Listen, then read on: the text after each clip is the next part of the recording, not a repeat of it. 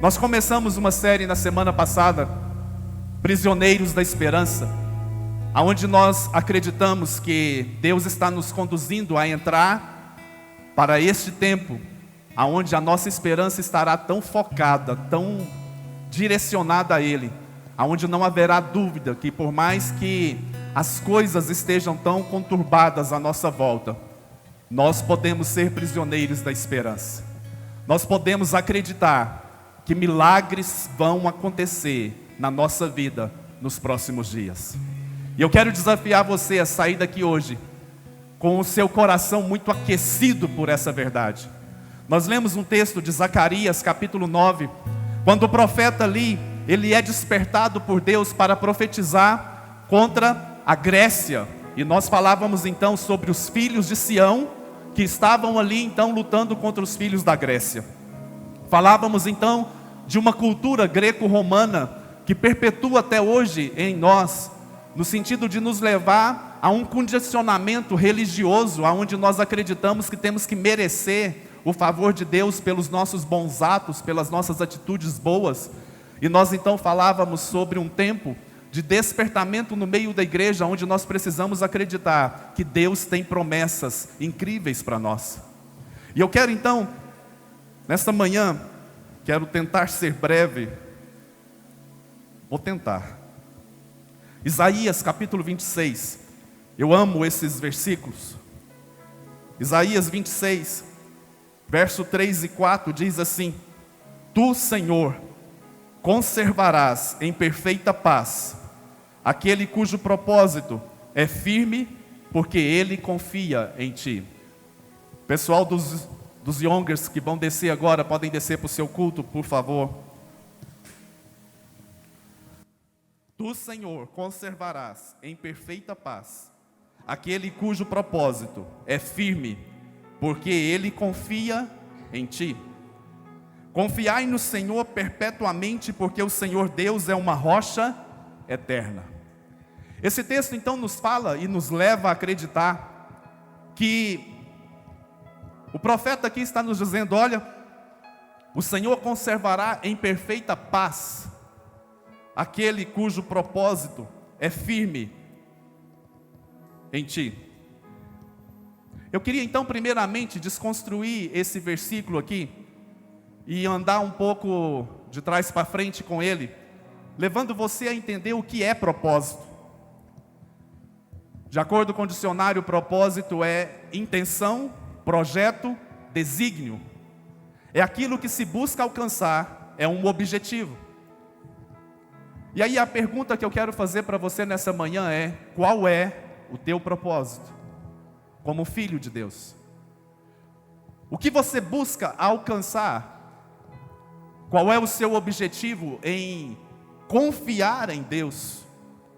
Você tem todo o direito de estar aqui, você tem todo o direito de buscar a Deus somente atrás de uma bênção que você tanto precisa.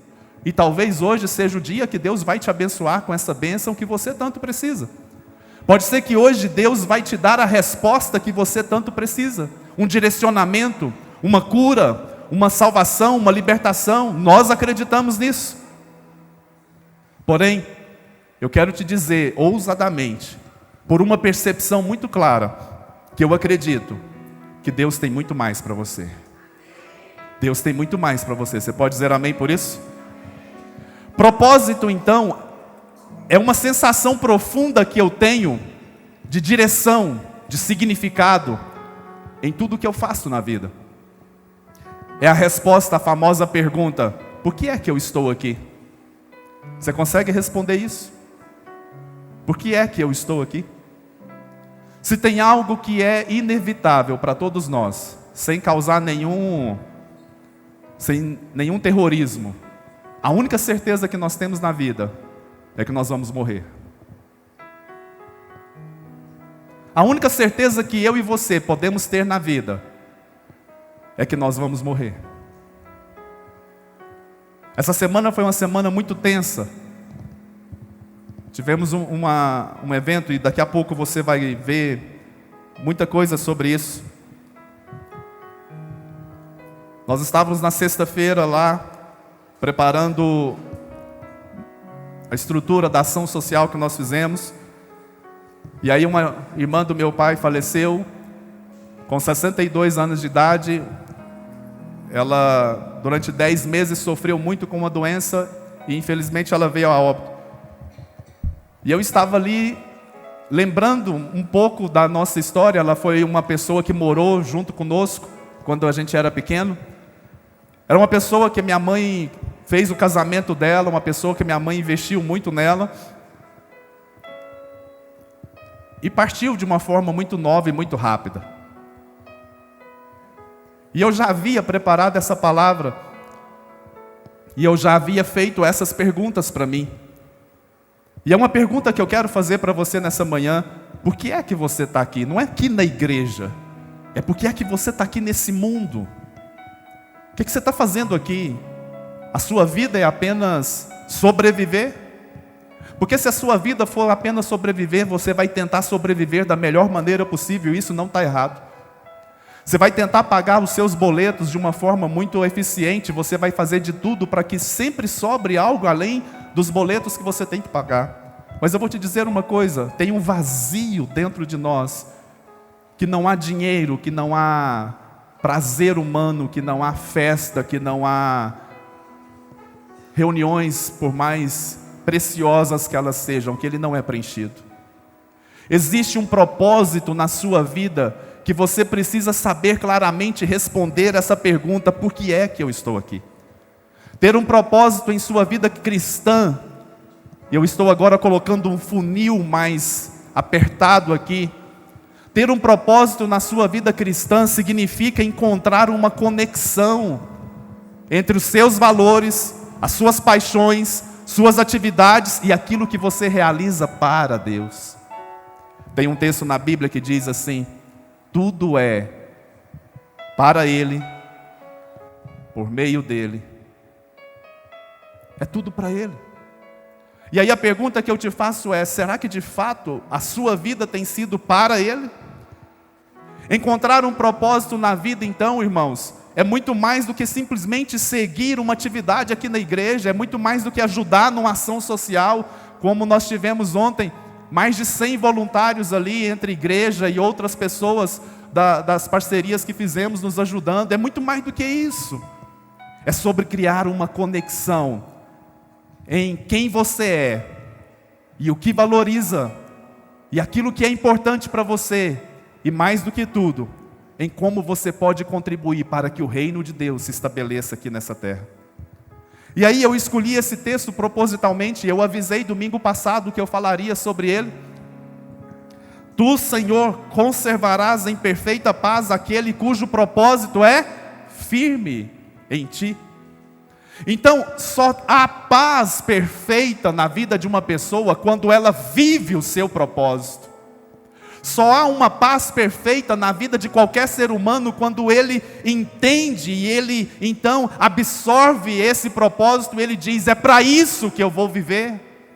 E ele não está preocupando se no Instagram daquela pessoa que ele conhece, a pessoa é mais bem sucedida, ela tem mais dinheiro, ela tem mais bens. Ela está preocupada em cumprir o seu propósito. Porque hoje, irmãos, é doído falar isso tantas e tantas vezes, mas hoje nós nos tornamos escravos dos outros. Não é nem de inimigos, não é nem de demônios, nós nos tornamos escravos dos outros. Aonde a nossa vida é pautada não nos nossos sonhos, não nos nossos valores, a nossa vida é pautada no valor do outro. A nossa vida é estabelecida naquilo que o outro tem, naquilo que ele posta. Eu ouso dizer que a maioria das pessoas, ela não vai sair postando, desculpa a expressão, as desgraças da vida dela. Às vezes ela coloca até uma certa situação trágica, justamente para chamar atenção para si, mas não para revelar a grandeza de um Deus que pode tirá-la daquela situação em que ela esteja vivendo. E aí nós então estamos deixando de olhar para Ele, estamos olhando para o outro, e o outro está se tornando um padrão para nós, aonde eu quero ter o que o outro tem, eu não quero ter o que Deus tem para mim. E parece então que o nosso sentido de valorizar o que Deus tem para mim se tornou tão obsoleto quando eu estou à procura de ser melhor do que o outro, e parece que a minha Ânsia então se torna correr, correr, correr para que eu seja melhor do que aquele outro que me desafiou com as suas postagens. E aqui nesse texto então está dizendo o seguinte: olha, tu, Senhor, conservarás em perfeita paz. Então, se é uma perfeita paz, existe a paz que não é perfeita. Entende isso? Se o profeta está dizendo que o Senhor vai nos conservar em perfeita paz, significa que você pode ter uma paz que não é perfeita. E ele diz: olha, aquele cujo propósito é firme em ti. No original, essa palavra paz é shalom. E esse, inclusive, se me perguntarem, inclusive uma pessoa hoje me perguntou sobre o cumprimento aqui na igreja, né? Porque muitos de nós falamos bom dia, outros falam paz do Senhor, outros falam graça e paz. Se me perguntarem qual que é o cumprimento ideal, para mim seria esse aqui, por causa do significado que eu vou te mostrar agora.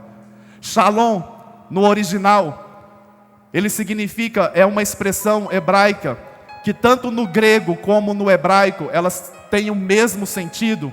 Significa nada quebrado, nada faltando e nada fora do lugar. Diga comigo: nada quebrado, nada faltando, nada fora do lugar. Então, para o povo judeu, significa que quando eu cumprimentava ele dizendo shalom, eu estava profetizando algo na vida dele, dizendo o seguinte: eu profetizo que na sua vida não haverá nada quebrado, nada faltando e nada fora do lugar. Você pode ficar de pé no seu lugar, por favor? Você pode escolher uma pessoa que está aí perto de você, pode ser a pessoa da sua família sem nenhum problema, e você pode dizer: eu declaro que não há nada quebrado, não há nada faltando e não há nada fora do lugar na sua vida. E hoje é um dia de alinhamento, de vida, de propósito e de sonhos dentro de você. Você pode dizer amém? Bem forte o amém. Diga: eu creio. Amém, irmãos? Pode sentar. Nada quebrado, nada faltando, nada fora do lugar. Tem 3 implicações: plenitude, totalidade e integridade. E eu quero falar então rapidamente sobre isso. Nada quebrado nos fala de aliança. Gálatas capítulo 3, verso 15. Paulo, quando ele estava falando para os Gálatas, ele estava questionando os Gálatas sobre um possível rompimento de aliança ali, em relação a acreditar na promessa de Deus. E os Gálatas então, eles estavam deixando de acreditar na graça manifesta de Deus na cruz, estava querendo voltar para a velha aliança. E aí Paulo então, ele vem de uma maneira muito incisiva sobre os Gálatas, e ele diz assim no capítulo 3, verso 15: irmãos, falo como homem, ainda que uma aliança seja meramente humana, uma vez ratificada, ninguém a revoga ou lhe acrescenta alguma coisa. Diga assim: aliança é algo intocável. A questão é que a nossa mentalidade ocidental, ela criou um conceito de aliança muito banal, aonde nós vivemos hoje uma sociedade onde muitos estão com medo de entrar em aliança por causa dos deveres que a aliança tem. Porque a aliança, irmãos, é um pacto entre 2 pessoas, aonde as 2 têm responsabilidades. E qual é o sentimento então que está sendo inculcado no meio dessa geração? Não é necessário casar. Não é preciso ir à igreja. Não é preciso ter uma cobertura. Não é preciso viver debaixo de uma cobertura espiritual. Na verdade, o que essa geração está dizendo é que elas não querem pagar o preço de submissão ao Espírito Santo que governa a igreja, que é o Espírito de aliança. E aí eu quero ler um texto com os irmãos.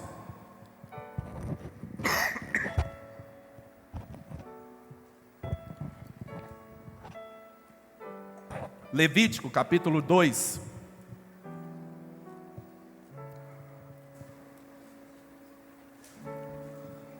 Levítico capítulo 2, verso 13.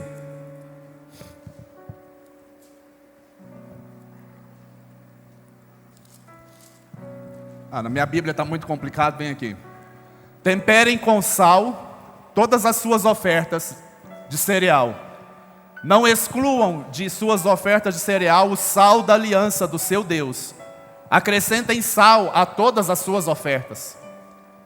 Isso aqui foi uma direção que Deus deu para o povo, para todas as vezes que eles fossem entregar uma oferta, principalmente a oferta de cereal, eles deveriam salpicar sal naquelas ofertas para que elas fossem santificadas. Mas havia também uma prática entre o povo judeu naquela época, quando eles entravam em aliança, seja ela qual for. Por exemplo, uma aliança de palavra, aonde um estava comprando um bem do outro. Não havia registro em cartório, não havia um documento formal, havia a liberação da palavra. E a palavra precisava ser selada com algo. Então o que é que eles faziam? Vem aqui, Marcos e Vitor, por favor.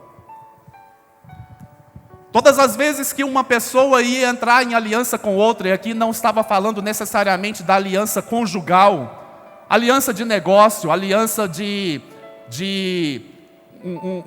uma caminhada um com o outro, era uma orientação que Deus dava para o povo naquela época o seguinte: cada uma das partes deveria trazer uma porção de sal. Eles tinham que trazer uma porção de sal. E aí o que é que eles faziam? Eles colocavam aquele sal então em um recipiente. Pode pôr.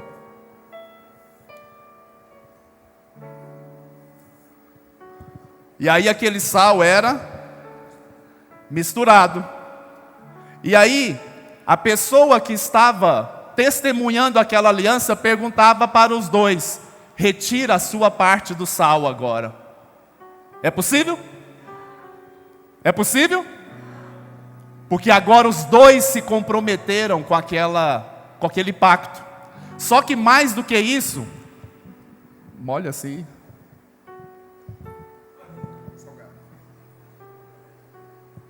Eles tinham que comer o sal. Uma vez que eles comiam do sal que não tinha como saber de quem era, o que eles estavam dizendo? Eu estou 100% comprometido com a aliança. Vou repetir. Quando eles comiam o sal, eles estavam dizendo: eu estou 100% comprometido em aliança com você. Eu tenho medo. Eu até pensei nisso, eu orei muito, mas eu tenho medo de eu fazer esse desafio aqui hoje e eu ficar sozinho aqui. Se eu perguntasse: quem aqui deseja entrar em aliança com Deus, aonde, ao pôr o seu dedo aqui, pôr na boca, você está dizendo: Senhor, eu estou 100% comprometido contigo. Sabe por quê, irmãos? Nós estamos hoje, sem pensar, levantando uma igreja, e quando eu falo de levantar uma igreja, eu não estou falando só dessa igreja local. Nós estamos hoje levantando uma igreja que está dizendo o seguinte: eu quero as bênçãos, mas eu não quero o comprometimento. É aquela história, sabe a diferença do ovo e do bacon? Sabe? A gente usa muito isso em treinamentos de empresa. Sabe qual a diferença do ovo e do bacon? É que a galinha, ela apenas se envolveu dando o ovo. Mas o bacon, mas o porco, o que ele fez? Se comprometeu e deu a vida. Para o bacon acontecer, o porco teve que morrer. Com todo o respeito do mundo, e Deus conhece meu coração, nós temos muitas pessoas hoje que estão parecendo a história da galinha e do ovo. Muito envolvidas. Trabalham, servem, ajudam, mas não se comprometem. Não querem comer sal junto. Feche os seus olhos por um instante, por favor. Deixa o Espírito Santo falar com você. Obrigado, irmãos. Se Deus se posicionasse hoje na sua frente e dissesse para você: eu quero entrar em aliança com você, mas para isso nós vamos ter que comer sal juntos. Você ficaria aqui, você permaneceria nesse salão? Ou você sairia de fininho, falando para Deus: Senhor, eu preciso fazer outra coisa, eu preciso correr atrás dos meus sonhos, eu preciso enterrar meu pai, eu preciso ajudar minha mãe, eu preciso criar meus filhos, eu preciso cuidar dos meus filhos, porque afinal de contas eu não tenho ninguém para me ajudar, eu preciso isso, eu preciso daquilo, mas Senhor, conta comigo, o Senhor pode acreditar, eu estou junto, eu acredito, eu estou envolvido, Senhor, mas por enquanto me dê um tempo.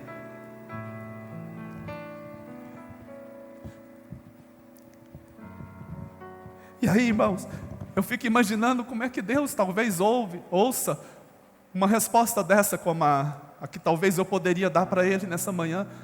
Como ficaria o coração de Deus? Porque talvez a expectativa dEle a meu respeito seja de uma entrega total, de uma aliança de sal. Talvez a expectativa de Deus a meu respeito era acreditar que prontamente eu molharia o dedo ali, colocaria aquele sal na boca e diria para Ele: conta comigo, Senhor, porque eu estou 100% comprometido. Não importa se eu tenho filhos para cuidar, não importa se eu tenho ainda trabalho para executar, não importa se eu tenho ainda sonhos para realizar, mas o Senhor pode acreditar, eu estou 100% comprometido. E aí quando você vai lá para Gênesis capítulo 17, do 1 ao 5, você vai ver quando Deus entra em aliança com Abraão, que naquele momento se chamava Abrão. E aí Deus então muda o nome de Abraão, e Deus coloca, para nós portugueses, brasileiros, Deus colocando um A no nome de Abraão, né? Abrão, que passa a se chamar Abraão. Mas na verdade, quando Deus muda o nome de Abrão, Deus está colocando o nome dele dentro do nome de Abraão, que na verdade é o YWH, que não tem como você pronunciar, que os judeus então, por uma questão de puramente contextualizar a prática ali, Yahvé, mas é um Yahvé meio soprado, Yahvé. É como se todas as vezes que pronunciavam Yahvé, havia um liberar do nome de Deus. Então o que Deus faz é pegar essa, que eu não sei dizer o nome, e os estudiosos depois podem me ajudar, mas existe um nome na gramática para esse manifestar aí dessa expressão, que não é uma expressão vocálica, porque são 3 consoantes. Era como se todas as vezes que pronunciasse o nome de Abraão, também se pronunciasse o nome de Deus, dizendo o seguinte: olha, eu estou em aliança com você. Mas Deus, Ele faz tudo perfeito, diga assim, graças a Deus. E sabe o que Deus diz? Em ti, Abraão, todas as famílias da terra serão benditas, abençoadas. Diga assim, eu estou nessa. Deus te colocou dentro. Deus colocou até aqueles que ainda vão nascer dentro dessa promessa e disse assim: olha, Abraão, porque você foi fiel, porque você se comprometeu 100%, e a prova disso é quando Ele dá Isaac para Deus. Deus vira então e fala o seguinte: olha, por tua causa, todos que ainda virão serão abençoados. Sabe o que é isso, irmãos? Quando carregamos Deus conosco, nós não apenas somos abençoados para nós mesmos, nós abençoamos todos que estão à nossa volta. Essa é a grandeza de Deus. Mas Deus traz uma ordem, como aliança é algo para as duas partes. Deus está se comprometendo, dizendo para Abraão: Abraão, eu vou abençoar não só você, eu vou abençoar todos em você. Chega a parte que é de Abraão. Sabe qual é a parte de Abraão? Anda na minha presença e ser perfeito. Quer isso? Quer isso? É comer o sal. Comer o sal é você dizendo: a partir de hoje, eu vou fazer de tudo para andar na presença dEle e ser perfeito. Quer dizer que eu não vou pecar mais, bispo? Quer dizer que eu não vou errar mais? Não. Quer dizer que eu vou ter uma vida agora de fé, e eu vou caminhar em obediência e em amor, e através desse ato eu vou atrair a perfeição de Deus sobre a minha vida, ao ponto de cada dia mais me parecer com Ele. Amém ou não? Nada faltando. Isso nos fala de plenitude, e eu quero ler um texto que a maioria de vocês já conhece ele, talvez até de cor, Salmo 23. Mas o versículo 1 é um versículo que a maioria de nós conhece. Salmo 23, 1. Mas isso virou um jargão de crente, no sentido que a gente declara esse salmo acreditando que nada me faltará, é porque não vai faltar dinheiro, não vai faltar comida, não vai faltar roupa, não vai faltar provisão, e isso é verdade. Mas o Senhor é meu pastor e nada me faltará, sabe o que significa? Porque Ele é meu pastor, não me faltará pastoreio. Porque Ele é meu pastor, não me faltará pastoreio. Não me faltará pastoreio. Então você não precisa colocar expectativa em homens, porque homens vão te frustrar. A sua expectativa é no pastor da minha alma, naquele que cuida de mim, naquele que me conhece, naquele que sabe que de cada uma das minhas dificuldades, naquele que me ama. Nada me faltará, como Ele sendo o pastor da minha vida. E aí a Bíblia fala, se você continuar lendo os Salmos, qual é o versículo 2? Alguém pode ler em voz alta aí para mim? Em verdes pastagens me faz repousar e me conduz às águas. Tem muita gente tão preocupada em não faltar nada para ele, no sentido de bem material, e que Deus está dizendo para ele, olha, mais importante do que não deixar faltar nada para a sua vida em bens materiais, é te levar para verdes pastos e te fazer repousar em águas tranquilas. É quando o Senhor está dizendo para você, olha, eu te acomodo, eu te trago descanso, eu te oriento pela minha palavra, eu te trago alento, e você segue uma direção muito correta da minha voz, porque a minha ovelha me conhece pela voz. E que mesmo diante da morte, o que vai acontecer? Eu estou seguro, porque a sua vara e o seu cajado me consolam. Ele me renova e Ele retira de mim o desânimo, porque Ele me traz segurança. Mas o final desse texto para mim é fantástico. E habitarei na casa do Senhor perpetuamente. Sabe o que é isso, irmãos? Quem tem o Senhor como pastor, tem igreja. Quem tem o Senhor como pastor, vive em rebanho. Quem tem o Senhor como pastor, não é alguém desgarrado. Quem tem o Senhor como pastor, tem prazer em habitar na casa do Senhor perpetuamente. Tem hora que a ovelha que está do lado faz tanto barulho que incomoda. Tem hora que a ovelha do lado dá umas cutucadas na gente que você fala assim, ô vontade de sair daqui correndo. Mas aí o pastor vem e fala assim, ei, vamos para os pastos verdejantes, porque eu tenho águas de descanso para você. E por último, nada fora do lugar. Isso nos fala de integridade. Integridade no dicionário é aquilo que está inteiro. É aquilo que não sofreu nenhuma diminuição, plenitude, aquilo que está ileso e intacto, que não foi atingido nem agredido. Sabe o que é isso para mim, irmãos? Nada fora do lugar. É quando eu faço uma entrega absoluta a Deus, e eu vivo um evangelho pleno e absoluto, sem fazer diminuição da verdade do Evangelho, e sem fazer qualquer relativização do Evangelho de acordo com as minhas necessidades. É onde eu me entrego plenamente a Ele, e eu confio absolutamente nele. Efésios capítulo 1, verso 16 ao 23. E eu quero ler, me dá minha Bíblia aqui, por favor, amor, dentro aqui da bolsa. Você pode pôr aí para mim, por favor? Efésios capítulo 1, do verso 16 ao 23. Nós vamos ler aqui, mas depois eu quero ler em outra versão.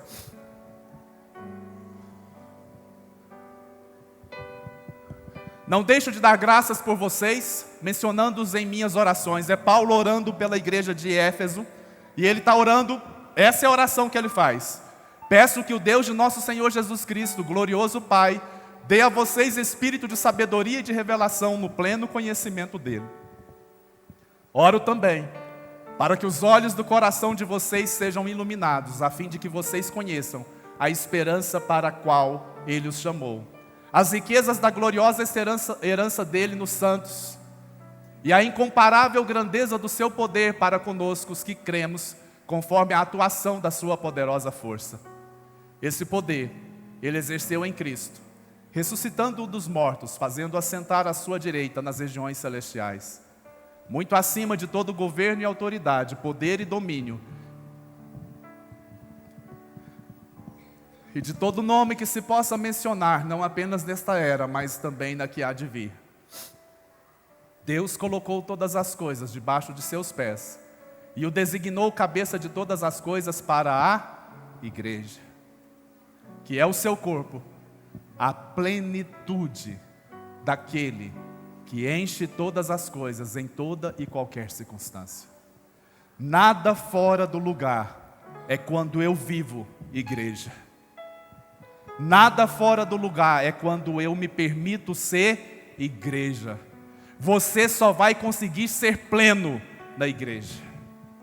Você só vai conseguir ter todas as coisas em ordem na sua vida quando você entender o propósito de ser igreja. Ser igreja não é vir aqui sentar e só ouvir. Ser igreja é manifestar a plenitude de Cristo através da sua vida. É quando eu entendo que é através da minha vida que Ele age, que Ele fala e que Ele preenche tudo na vida de qualquer pessoa que passa por mim. Eu então passo a ser um agente do transbordar da plenitude de Deus na vida de alguém. Então hoje, eu ouso dizer que nós decidimos aqui viver em perfeita paz. Amém? Decidimos nos entregar a Ele, não importam as dificuldades, não importam os ventos fortes que venham, não importam os perigos. A Tua voz nos acalma. Eu escolhi uma música que ela é meia antiga e ela é um contexto de... Vai dar certo?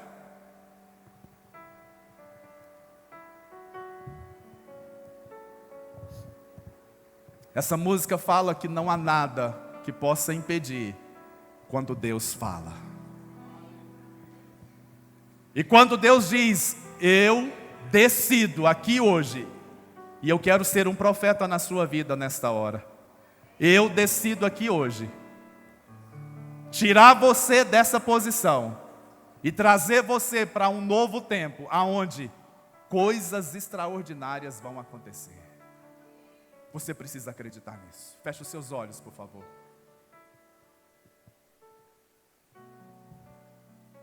Não há nada que possa impedir a voz de Deus de ecoar em minha vida e de alinhar todas as coisas em mim. Não há nada que possa impedir o agir de Deus na minha vida. Não há nada tão difícil que Deus não possa resolver. E não há nada tão fácil demais que Ele não possa se importar comigo nesse exato momento. E hoje, nós declaramos aqui em nossas vidas que haverá perfeita paz.